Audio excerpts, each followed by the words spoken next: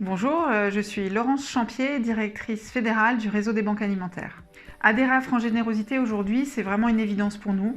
Nous avons besoin, parce que nous avons besoin de nous structurer, d'avoir le soutien d'un syndicat professionnel qui porte les sujets de la fiscalité, de l'expertise et du conseil auprès de notre réseau, auprès de la FFBA également, afin de nous accompagner sur cette professionnalisation et la fidélisation des donateurs. C'est aussi intéressant dans les échanges de bonnes pratiques, de benchmarking, de pouvoir échanger avec d'autres fondations ou associations qui connaissent, les mêmes problématiques que le réseau des banques alimentaires, même si on a bien conscience que nous, tout le chemin reste à parcourir.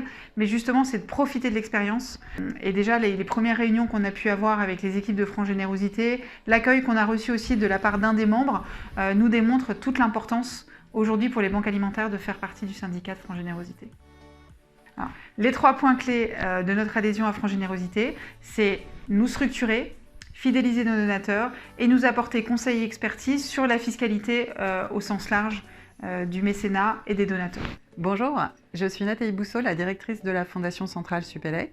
L'intérêt pour une fondation comme la nôtre d'adhérer à France Générosité, c'est d'abord de connaître ce qui se passe sur le marché de la générosité et du don en France chaque année. Puisque nous, on est sur le plateau de Saclay, on n'est pas au cœur des réseaux et on n'a pas énormément de temps à y consacrer. Les études, et en particulier le baromètre de la générosité, nous permettent d'avoir une bonne perception de ce qui se passe sur le marché et de voir si on colle aux tendances ou si au contraire on est dans des tendances un peu différentes. Par exemple, l'année du Covid, on a pu constater un essor important de la générosité en France, alors que dans l'enseignement supérieur, et en tout cas pour notre fondation, on avait au contraire un recul des dons. Un autre intérêt pour nous d'adhérer à France Générosité, ce sont les groupes de travail. Par exemple, à la Fondation Centrale Supélec, nous avons beaucoup investi dans l'immobilier étudiant et se posent un certain nombre de questions sur la cohabitation entre un statut de fondation reconnue d'utilité publique et le fait d'avoir des activités à caractère économique. Il y a des groupes de travail consacrés à ce thème au sein de France Générosité. On y rencontre aussi d'autres fondations, d'autres associations qui font les mêmes activités que nous. Ça nous permet d'échanger, de connaître les bonnes pratiques et de savoir quels écueils on doit éviter dans la gestion de ces activités-là.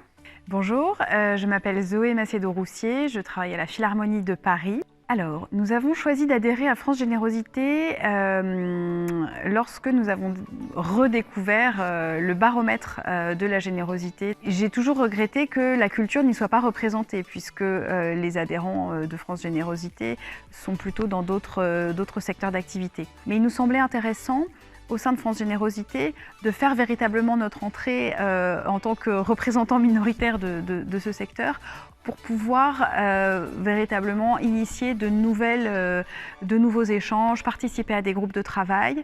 La structuration de France Générosité nous semblait également très intéressante pour travailler des thématiques vraiment précises sur le long terme.